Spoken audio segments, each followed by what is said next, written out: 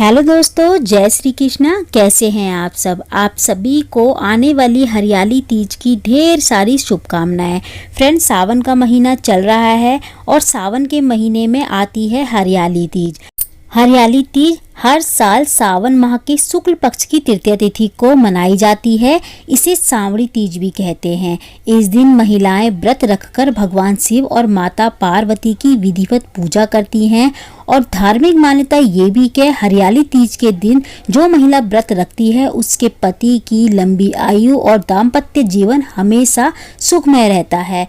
Friends, हरियाली तीज के दिन हाथों में मेहंदी लगा के हरे रंग की चूड़ी पहन के पूरा श्रृंगार करके हमें माता पार्वती और भगवान शिव की पूजा करनी चाहिए। तो देखिए, पूजा के लिए सबसे पहले हमें एक चौकी बिछानी है। चौकी पे हरे या फिर पीले रंग का वस्त्र बिछाना है। पीला या हरा नहीं है तो आप लाल भी बिछा सकते हैं। यहाँ पे देखिए, हरा रंग जो है ना सावन के महीने में बहुत ज़्यादा शुभ माना जाता है उपयोग करने में। जैसे कि पहनना, हमें हरे रंग की साड़ी वगैरह पहनते हैं, वैसे ही हरे रंग का पूजा वगैरह में भी उपयोग हमें करना चाहिए। तो हरे रंग का कपड़ा है तो बहुत अच्छी बात है, नहीं है तो कोई बात नहीं, आप पीला या लाल बिछा सकते हैं। चौकी के ऊपर हमने जो है ना थोड़े से फूलों का आसन दे दिया है। आप चाहें तो यहाँ पे अक्षत का आसन भी दे सकते हैं। उसके ऊपर हमने शिव परिवार की एक फ़ोटो विराजमान कर दी है। आपके पास पूरा शिव परिवार की एक फ़ोटो है तो आप वो ज़रूर रखें, नहीं है तो अपने हाथों से पूरा शिव परिवार मिट्टी से बनाएं।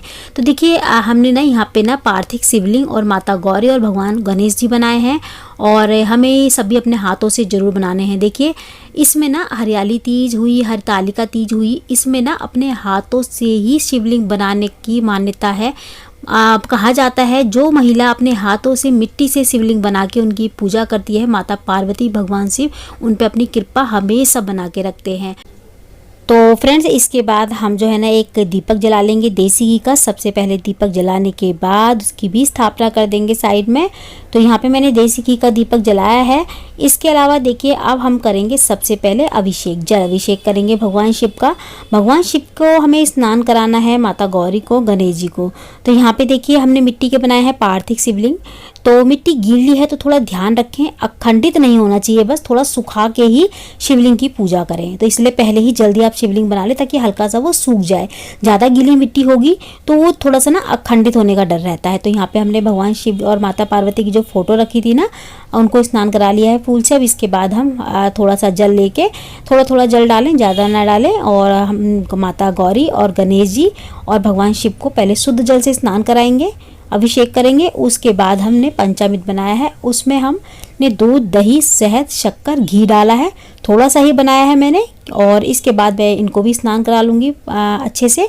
स्नान कराने के बाद अभिषेक करना है हमें, पहले गणेश जी को कराना है, माता गौरी को, फिर भगवान शिव को। कराने के बाद अब हम फिर से शुद्ध जल से जो है ना स्नान कराएंगे। शुद्ध जल से हमें बिल्कुल साफ कर लेना है शिवलिंग को, बिल्कुल भी दूध दही नहीं रहना चाहिए। इसको एकदम साफ करके ही हमें फिर पूजा करनी है। देखिए, बहुत सारे भक्तजन मैंने ऐसे देखे हैं जैसे कि पूजा स्नान वगैरह कराया है और उसी के अंदर पूजा कर लेते हैं। उसी में जल है, सब कुछ है, दूध वगैरह, घी वगैरह, और उसी के साथ साथ पूजा कर लेते हैं, सब चीज़ चढ़ा देते हैं। तो हमें ऐसा नहीं करना। हमें स्नान कराने के बाद और उसके बाद हमें भगवान शिव का श्रृंगार करना है, माता पार्वती भगवान शिव का। तो यहाँ पे देखिए, हमने अलग से वो प्लेट जो जिस पे रखे थे वो निकाल के उसको अच्छे से पानी से साफ करके और पोंछ के हमने रख लिया है दोबारा से। उसके बाद हम ना गणेश जी को सबसे पहले वस्त्र स्वरूप जो है ना कलावा चढ़ाएंगे। माता गौरी को चुन्नी चढ़ाएंगे। अगर माता गौरी के लिए आप चुन्नी ला रहे हैं तो हरे रंग की चुन्नी सावन में मिल जाए तो बहुत अच्छा है, नहीं मिले तो कोई बात नहीं, लाल रंग की भी चढ़ा दे। जैसे मुझे नहीं मिली थी हरे रंग की तो मैंने लाल ही चढ़ा दी। यहाँ पे हम गणेश जी को भी, भगवान शिव को भी जो है ना वस्त्र स्वरूप कलावा चढ़ा देंगे। तो अगर आप ना गणेश जी और भगवान शिव के लिए जनेऊ लेके आए हैं तो जनेऊ चढ़ाएं। नहीं मिलता आपको जनेऊ या नहीं लाए जनेऊ तो इस तरीके से आप कलावा भी चढ़ा सकते हैं। आप सबसे पहले हम गणेश जी को चंदन से तिलक कर देंगे। भगवान शिव की जो सामने तस्वीर रखी है वहाँ पे भी हम चंदन से कार्तिक जी को, गणेश जी को, नंदी जी को, सभी को हम तिलक कर देंगे चंदन से। इसके बाद माता पार्वती को हम रोली से तिलक करेंगे।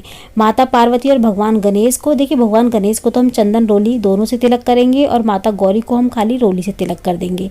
तो माता गौरी के लिए हमने रोली रखी है। भगवान शिव को आपको रोली से तिलक नहीं करना है, इस चीज़ का आपको ध्यान रखना है। हल्दी और रोली डोली से भगवान शिव को तिलक नहीं किया जाता, तो हमें चंदन से ही भगवान शिव को तिलक करना है। यहाँ पे मैंने माता गौरी को तिलक कर दिया है। अब मैं भगवान शिव को भी तिलक कर दूंगी।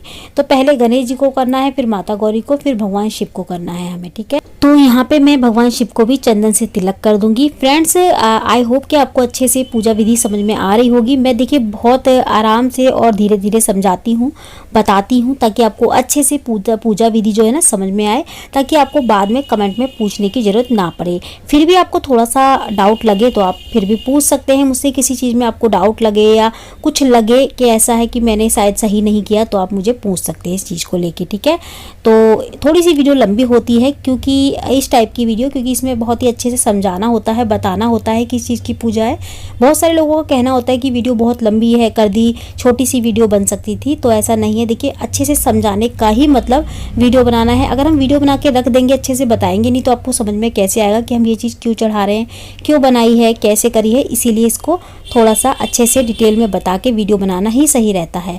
थोड़ी सी वीडियो इस कारण लंबी हो जाती है। तो यहाँ पे मैंने भगवान गणेश और माता पार्वती और भगवान शिव को बेलपत्र भी चढ़ा दिए हैं। देखिए भगवान शिव को कम से कम 2, 5 या फिर 11 या फिर 21 की संख्या में ना बेलपत्र चढ़ाएं। बेलपत्र चढ़ाते समय ना बेलपत्र का जो चिकना साइड होता है ना, वहाँ पे हमें चंदन से तिलक करने हैं 3, उसके बाद चढ़ाना है बेलपत्र को। तो बेलपत्र वैसे आपको अगर नहीं है ज़्यादा तो जितने मिल जाए उतने आप चढ़ा दें। तो यहाँ पे मैंने बेलपत्र चढ़ा दिए हैं। सभी को मैं फूल चढ़ा लूँगी। देखिए भगवान शिव की जो भी प्रिय चीज़ें होती हैं ना, जैसे कि धतूरा वगैरह आपको मिल जाए आसानी से, तो आप वो भी चढ़ा सकते हैं। नहीं मिलते तो कोई बात नहीं, बेलपत्र सावन में आराम से मिल जाते हैं। आप एक दिन पहले रात को या सुबह ला के रख सकते हैं। यहाँ पर मैंने फूलमाला भी चढ़ा दी है। अब यहाँ पर हमने माता पार्वती के लिए श्रृंगार की कुछ चीज़ें निकाली हैं। तो यहाँ पर देखिए बिंदी और सिंदूर, मेहंदी, कम से कम हमें 5 चीज़ें माता पार्वती के लिए श्रृंगार की जरूर निकालनी है। चूड़ी हमें हरी ही लेनी है। और यहाँ पे देखिए जो मैंने श्रृंगार का सामान लिया है उसमें से कुछ चीज़ें निकाल के मैं माता रानी का श्रृंगार भी कर दूंगी। यहाँ मैंने माता को एक बिंदी लगा दी है निकाल के। चूड़ियों में से 2 चूड़ी चढ़ा दी है मैंने। ये जो चूड़ी मैंने माता रानी को चढ़ाई है ना, ये बाद में मैं अपने हाथ में ही डाल लूँगी। तो इसमें से देखिए आप चाहें तो माता का आशीर्वाद समझ के सारा सामान खुद रख सकते हैं, लेकिन आपको थोड़ा बहुत सामान इसमें से दान भी करना होगा। और आप चाहें तो माता पे चढ़ाया हुआ सामान खुद रखना चाहते हैं तो अलग से सामान निकाल लें दान करने के लिए। तो मंदिर में हमें कुछ ना कुछ सामान दान निकाल के देना होता है हरियाली तीज पे, अगर आप व्रत कर रहे हैं तो। नहीं तो ये सामान आप पूजा के बाद अपने पास भी कुछ चीज़ें इसमें से रख सकते हैं, जैसे सिंदूर, मेहंदी, इस टाइप से।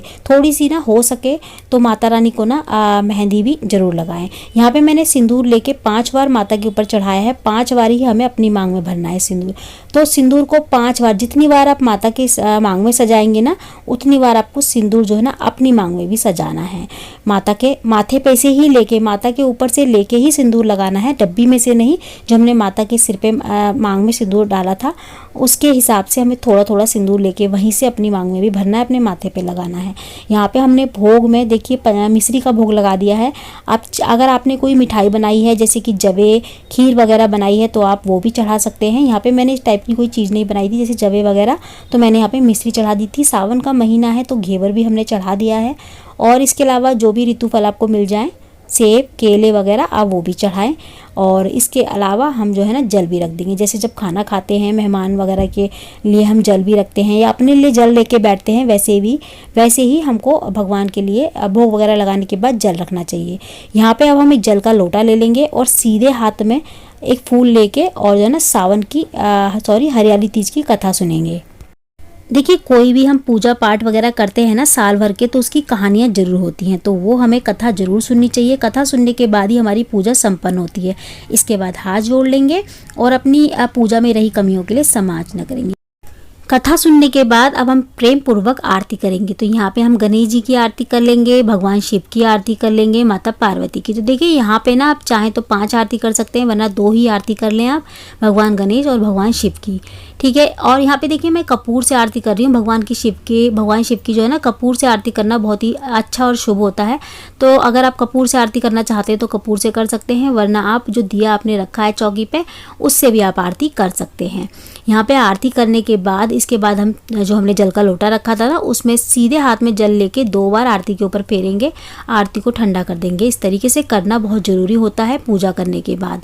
तो यहाँ पे पूजा करने के बाद ना हमने जो है ना हाथ जोड़ लिए हैं। अब देखिए हमारी पूजा तो संपन्न हो गई है। अब हमें एक चीज़ का ध्यान रखना है, जब भी हम पूजा वगैरह कुछ करते हैं ना, चौकी छोड़ने से पहले, उठने से पहले, मतलब चौकी को पास से हटने से पहले, मतलब जो हमने बिछाया है ना, आसन बिछाया है अपने नीचे, उसको वहाँ से उठने से पहले हमको थोड़ा सा ना अपने नीचे का आसन उठा के, हल्का सा उठा के वहाँ पे 3 बार जल डाल के भगवान शिव और भगवान इंद्रदेव को प्रणाम करना है। उसके बाद ही वहाँ से उठना है। जो जल हमने नीचे डाला है ना उसको हमें अपनी उंगली से 3 बार अपने माथे पे लगाना है, अपनी आँखों पे लगाना है और प्रणाम करना है, जैसे कि ओम नमः शिवाय, ओम नमः शिवाय। और 2 बार हमें बोलना है, 3 बार श्री इंद्राय नमः, श्री इंद्राय नमः। इस तरीके से हमें करते हुए और चौकी पे से उठ के फिर पूरे घर में आरती दिखा देनी है। यहाँ पे देखिए जो हमने सामान चढ़ाया है ना, उस सामान को जो माता के ऊपर चढ़ाया है वो हम अपने हाथ में डाल लेंगे पूजा के थोड़ी देर बाद। और जो हमने बाकी का सामान चढ़ाया है उसमें से कुछ चीज़ें आप ले सकते हैं, जैसे सिंदूर ले सकते हैं, मेहंदी, जो भी आप चाहें ले सकते हैं एक आध चीज़ें। बाकी आप मंदिर में दान करके आ सकते हैं दक्षिणा के साथ। देखिए जो फल वगैरह हमने चढ़ाए हैं वो घर में हम सभी को बांट देंगे, घर में जितने मेंबर होते हैं सभी में बांट दे वो। और चौकी देखिए, अगर आपने सुबह पूजा की है तो आप शाम को चौकी उठाएं, अगर आपने शाम में पूजा की है तो आपको अगले दिन चौकी उठानी है सुबह। जो हमने पार्थिव शिवलिंग और माता गौरी बनाई हैं उनको हमें किसी खाली गमले में डाल के उनका विसर्जन कर देना है। तो इसी तरीके से होती है जो हरियाली तीज की पूजा। तो आपको हमारी वीडियो कैसी लगी मुझे कमेंट करके ज़रूर बताइएगा। तो मैं मिलती हूँ अगली वीडियो में ऐसी ही अच्छी सी एक और वीडियो के साथ। जब तक के लिए जय माता दी, राधे राधे, ओम नमः शिवाय।